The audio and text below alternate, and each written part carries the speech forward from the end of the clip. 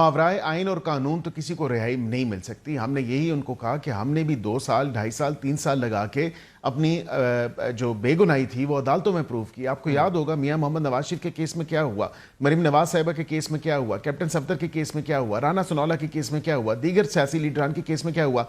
क्या उनको उस वक्त हमने कोई ऐसी फरमाइश की थी? हमने कहा था कि हमें आप छोड़ दें और हम आपके साथ जो है बातचीत करने के? ऐसा तो नहीं हुआ।